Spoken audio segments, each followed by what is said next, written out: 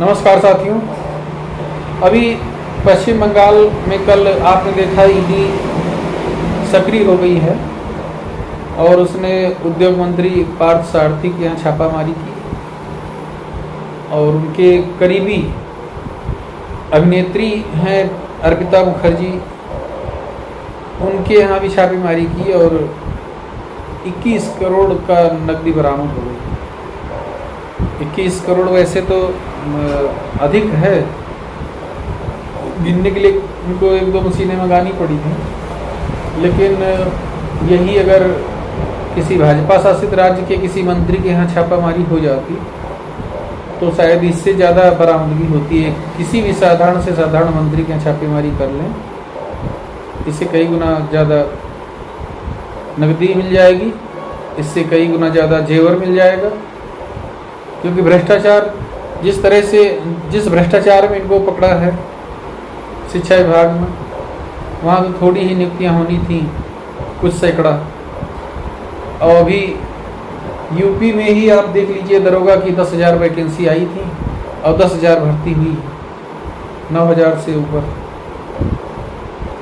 और उसमें ऐसे ऐसे टॉप किए हैं जिनको क ख ग घ लिखना नहीं आता है, वो मार्कशीट भी कहीं से खरीद के लाए हैं। जो बीएससी और बीए की मार्कशीटें बनवाए हैं वो भी खरीदी हैं क्योंकि वो सब पैसे वालों की औलादें हैं, उनके पास पैसे कमी नहीं है। मेहनत करने वाला दरोगा नहीं बन पाया, मेहनत करने वाले सब रो रहे हैं और परेशान घूम रहे हैं, लेकिन सरकार कोई कार्रवाई नहीं कर रही, इनके कान पर कोई जोर नहीं रही। योगी जी को हटा करके आप किसी भी मंत्री के यहाँ छापेमारी करके देख लो, आपकी ईडी भी आश्चर्यचकित रह जाएगी कि ये कैसे यहाँ से कहाँ से ये जखीरा नोटों का आ गया।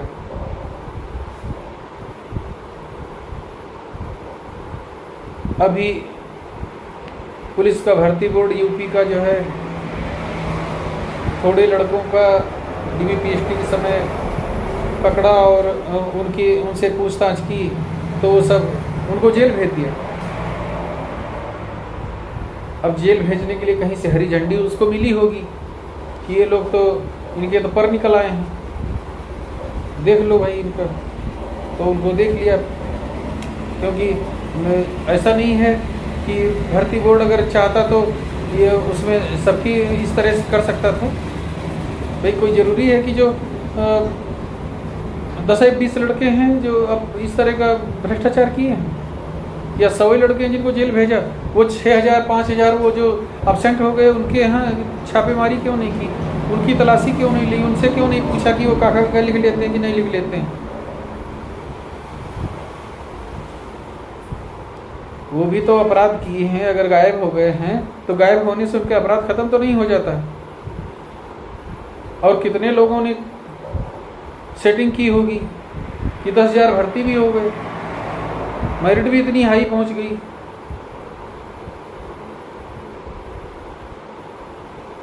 एक बार ये ईडी और सीबीआई भाजपा वालों पर भी छापामारी करके देख ले, उनके मंत्री भी गले तक भ्रष्टाचार में धंसे हैं। इनके भ्रष्टाचार का भी कहीं खंगाल देख लेंगे तो पूरा होश उड़ जाएंगे ईडी अधिकारियों के।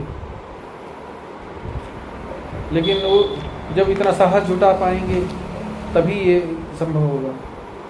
इस अन्याय अधर्म जो चरम पर है, इसका भी अंत ईश्वर करेगा, क्योंकि भगवान तो जब अति हो जाती है, जब पाप का घड़ा बहुत भर जाता है तब उसका फूटना स्वाभाविक हो जाता है।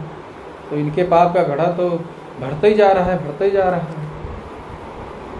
अब कब फूटेगा ये ईश्वर से सबको प्रार्थना करने की ज़रूरत है, और इनका जो लोकतांत्रिक तरीके से जो भी विरोध हो सकता है वो सब करने की ज़रूरत है। किसी को भी आज अगर कोई शांत है, ये अत्याचार अन्याय धर्म जो हो रहा है